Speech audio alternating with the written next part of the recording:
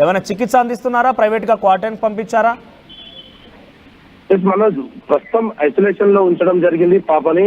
దానికి సంబంధించిన లక్షణాలకు సంబంధించి కూడా కొంత రిలీఫ్ అవడానికి, అంటే బ్రీతింగ్ తీసుకోవడం కూడా కొంత ఇబ్బంది అవ్వడము, పెద్ద పిల్లలు కాకపోవడం, 8 నెలల పాప కావడంతో కొంత వైద్యుల చికిత్స అయితే కొనసాగుతుంది. ఆ పాపకు సంబంధించి శ్వాసలో ఎటువంటి ఇబ్బందులు తలెత్తకుండా వైద్యులు పర్యవేక్షణ అయితే జరుగుతున్న పరిస్థితి ఉంది. అయితే ఇది అంటువ్యాధి కావడంతో కొంత ఇతర రోగులకు సోకే అవకాశం ఉన్న నేపథ్యంలో పూర్తిగా పాపను సపరేట్ వార్డ్ లో ఉంచి ప్రస్తుతం ట్రీట్మెంట్ అయితే అందిస్తున్నారు. మరి దీనికి సంబంధించి కూడా భారత ప్రభుత్వం నుంచి కూడా కొంత గైడ్ లైన్స్ వెలువడిన నేపథ్యంలో ఏమి ఈ పాపకి ఎటువంటి ఇబ్బంది అయితే ప్రస్తుతం లేదు అనేది కూడా వైద్యులు అయితే చెప్తున్న పరిస్థితి ఉంది. మరి ఈ చూడాలి, ఈ రోజు సాయంత్రం వరకు కూడా పాపకు సంబంధించిన కుటుంబ సభ్యులకు కూడా టెస్టులు నిర్వహించడంతో ఒకవేళ వాళ్ళకు కూడా పాజిటివ్ వస్తే గనక ఇది భారత్ లో తొలి కేసుగా అయితే నమోదయ్యే పరిస్థితి కనపడుతుంది. మనోజ్. రైట్ గోపి. సో మొత్తం మీద హెచ్ఎంపీవీ వైరస్ కి సంబంధించి మొదటి కేసు నమోదైంది ఇండియాలో. బెంగళూరులో తొలిసారిగా ఒక ప్రైవేట్ హాస్పిటల్లో చికిత్స చేస్తున్న నేపథ్యంలో అక్కడ కొంత 8 నెలల పసిపాప అక్కడికి కొంత కోల్డ్గా ఉంది, జ్వరం వస్తుందని తల్లిదండ్రులు తీసుకురావడంతో టెస్ట్ చేస్తే హెచ్ఎంపీవీ వైరస్ వచ్చినట్టు తెలుస్తోంది. అయితే ఆ పసిపాప ఇటు బయటికి వెళ్ళేది కాదు, ఇది టచ్ చేసేది కూడా కాదు. మరి ఆ వైరస్ ఎలా సోకింతనికి కూడా ఒక అనుమానం వ్యక్తమవుతోంది. కుటుంబీకులు ఎవరైనా ఈ వైరస్ బారిన పడ్డారా ఇప్పటికే, లేదంటే ఏం జరిగిందనే ఒక అనుమానం వ్యక్తం చేస్తున్నారు. ప్రైవేట్ హాస్పిటల్లో ఈ ల్యాబ్ టెస్ట్ చేసిన నేపథ్యంలో ప్రభుత్వం అయితే దీన్ని మేము నిర్ధారించలేము, మేము స్వయంగా టెస్ట్ చేసిన తర్వాత దీన్ని నిర్ధారించుకోవాల్సిన అవసరం ఉంటుందంటూ చెప్తున్నారు. ప్రస్తుతానికైతే ఐసోలేషన్కి, అంటే ఆ పాప దగ్గర కేవలం తల్లి పాపే తప్ప ఎవరు కూడా ఉంచడం లేదు. ఇద్దరు ఐసోలేషన్లో ఉన్నారు. గవర్నమెంట్ మరోసారి వారే స్వయంగా టెస్ట్ చేయబోతున్నారు. టెస్ట్ ఆధారితంగా వచ్చిన ఫలితాన్ని మేము నిర్ధారిస్తామని చెప్తున్నారు. మొత్తం ఏదేమైనా కూడా స్వీయ నియంత్రణే మళ్ళీ దీన్ని అరికట్టడం కోసం అందరం పాటిస్తే బెటర్. కరోనాలో ఎటువంటి ఇబ్బందులు పడ్డామో చూసాం. ఈ వైరస్ కూడా మళ్ళీ చైనా నుంచే వస్తోంది కాబట్టి చైనా నుంచే వచ్చేటువంటి వైరస్లు చాలా ప్రపంచాన్నే వణికిస్తున్న నేపథ్యంలో మరోసారి స్వీయ నియంత్రణ పాటిద్దాం. షేక్ హ్యాండ్లు, ఇతరత్ర సామాజికంగా బయట తిరుగుతున్న నేపథ్యంలో క్రౌడీగా ఉన్న సిచ్యువేషన్లో మాస్క్ ధరించాల్సిన అవసరం ఉంది. శానిటైజర్ వాడదాం, తరచుగా చేతులు కడుక్కుందాం. ఈ వైరస్ని అడ్డుకునే ప్రయత్నం చేద్దాం. దాంట్లో ప్రభుత్వాలతో పాటుగా మన బాధ్యత, మన కర్తవ్యం కూడా ఉంటుంది. డెఫినెట్గా మన కర్తవ్యాన్ని, మన బాధ్యతను విస్మరించకుండా మనల్ని మనం స్వీయ నియంత్రించుకొని ఇటువంటి రోగాల్ని భారతదేశంలోకి ఎంట్రీ కానివ్వకుండా చూద్దాం.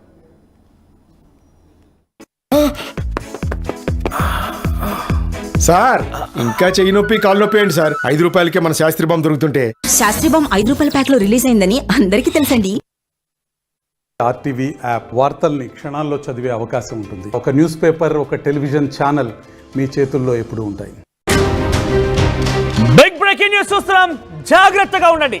ఒక 5 నిమిషాల క్రితమే మీకు చెప్పాను, చైనాలకు సంబంధించిన హెచ్ఎంపీవీ వైరస్ ఇండియాలోకి ఎంట్రీ చేసింది. బెంగళూరులో ఒక 8 నెలల పసిపాపకి హెచ్ఎంపీవీ వైరస్ సోకినట్టుగా ల్యాబ్ టెస్టులు చేస్తే నిర్ధారణ అయింది, పాజిటివ్ వచ్చింది.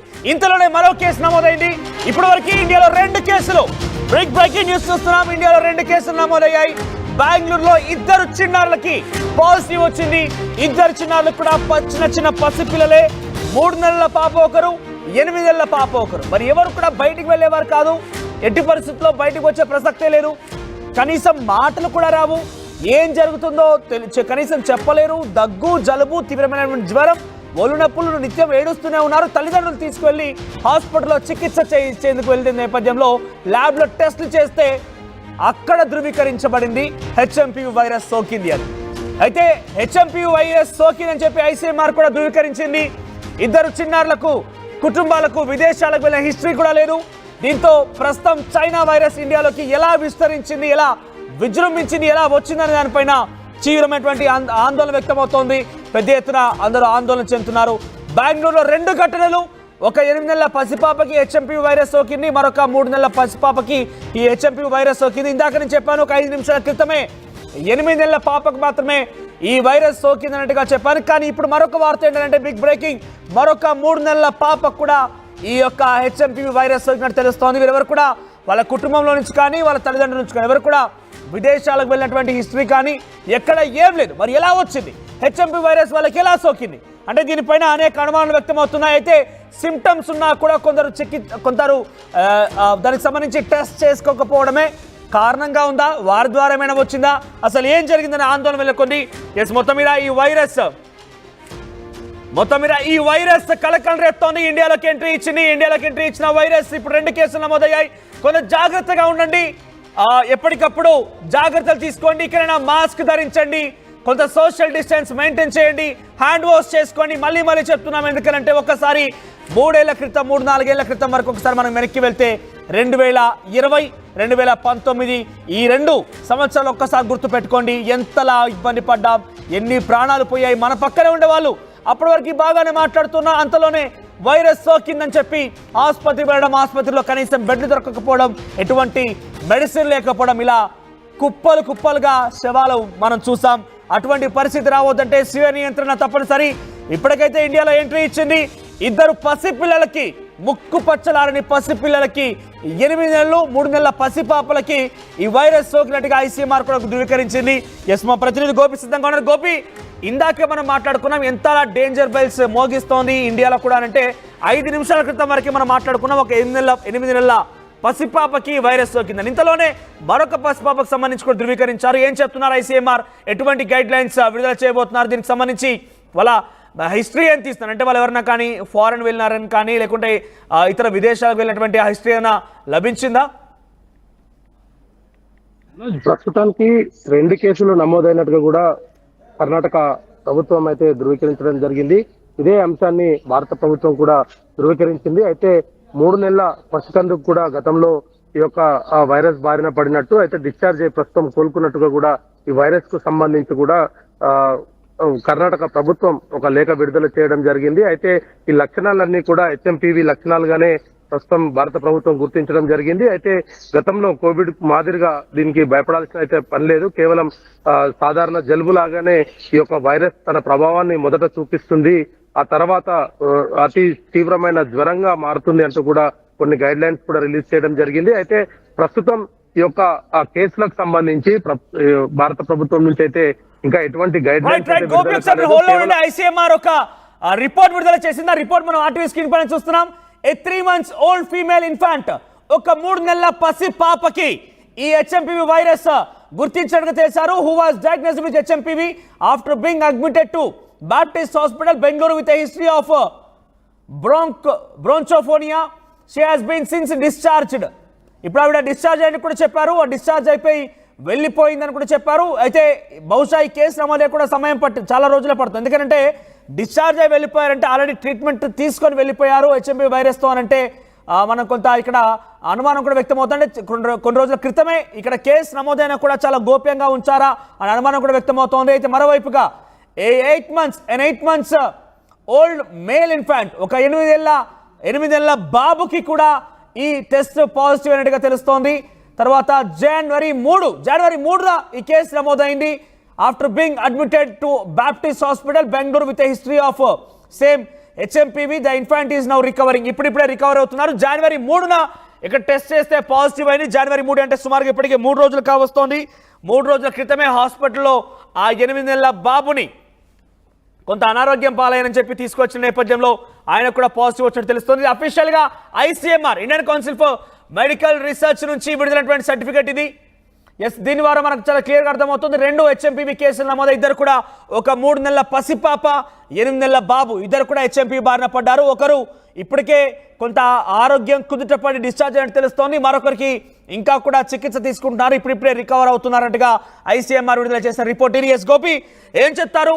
ఇక్కడ ఒక బాబు ఒక పాప, ఇద్దరు కూడా సంవత్సరం లోపు వారే, మరీ ముఖ్యంగా 3 నెలల పాపే. అంటే ఆమెకి ఎలా సోకి ఉంటుంది, ఎక్కడి నుంచి ఇది వ్యాపించింది, ఎలా వస్తోంది, దీనికి సంబంధించి అప్డేట్స్ ఏమైనా తెలుస్తున్నాయా? అయితే జనవరి 3 నాడు నమోదైన కేసుకు సంబంధించి అయితే ప్రభుత్వం వద్ద ఎటువంటి సమాచారం లేకుండా ఈ రోజు ఏదైతే నిన్న ICMR గైడ్ లైన్స్ రిలీజ్ చేయడము, చైనాలో విపరీతంగా ఆసుపత్రుల పాలవుతున్న నేపథ్యంలో దేశవ్యాప్తంగా కూడా WHO కొన్ని దేశాలను కూడా అప్రమత్తం చేయడం జరిగింది. దీంట్లో భాగంగానే భారత ప్రభుత్వం కూడా అన్ని రాష్ట్రాలకు కొంత గైడ్ లైన్స్ జారీ చేయడం జరిగింది.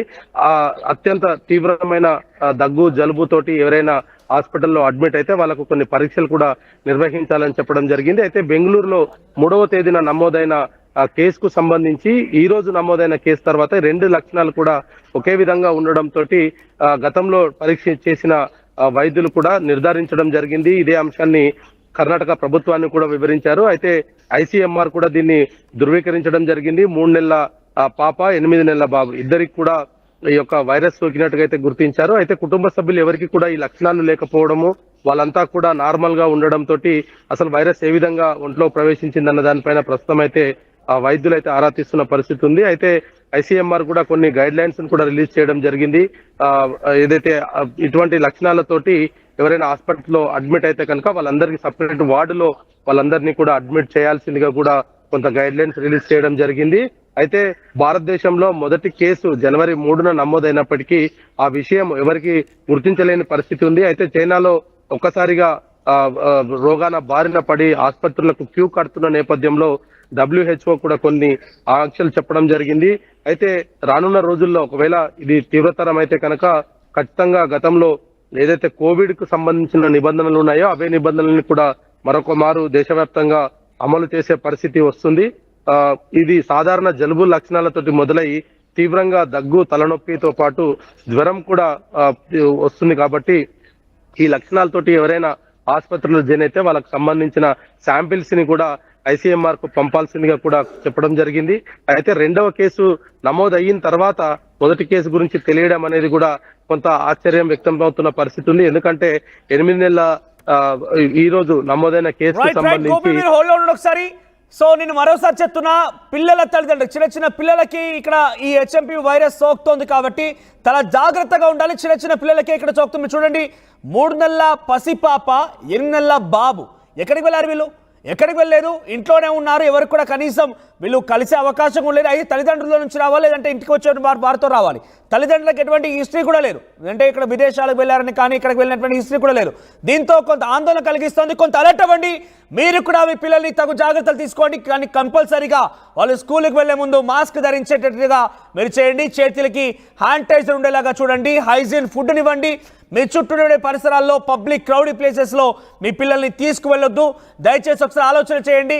మనల్ని మనం స్వీయ నియంత్రణ చేసుకుంటే దీని వంటి నుంచి మనం బయటపడవచ్చు. ఒకసారి అసలు ఏం జరుగుతోంది, ఎలాగా ఉంది, అట్ ది సేమ్ టైం దీని గురించి ఎట్టి విధంగా మనం బయటపడవచ్చు అనేది ఒక ప్రముఖ డాక్టర్ మాట్లాడారు. ఆయన ఏం మాట్లాడారో చూద్దాం.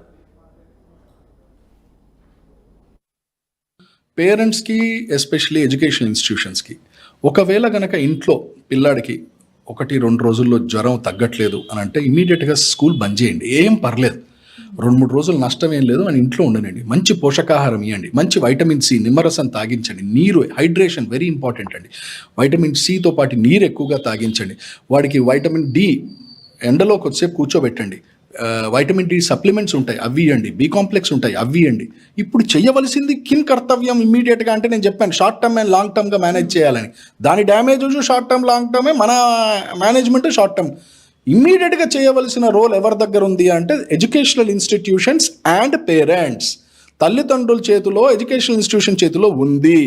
ఇది గనక మనం మిస్ అయితే సమాజంలో గాడి తప్పినట్టే. మీరు ఇంతకుముందు చెప్పినట్టు 14 years లోపల ఉన్న పిల్లలు దెబ్బతినే అవకాశం ఉంటుంది. వాళ్ళ చిన్న చిన్న శ్వాసగొట్టాలు, ఊపిరితిత్తుల్లో సూక్ష్మ శ్వాసగొట్టాలు దెబ్బతినే అవకాశం ఉంటుంది. తద్వారా ఎయిర్ ట్రాపింగ్ అని అంటాం, నిమోనియాస్ అంటాం, ఇవన్నీ కూడా వచ్చి హాస్పిటల్ అడ్మిషన్ అయ్యే అవకాశం. అదే జరిగింది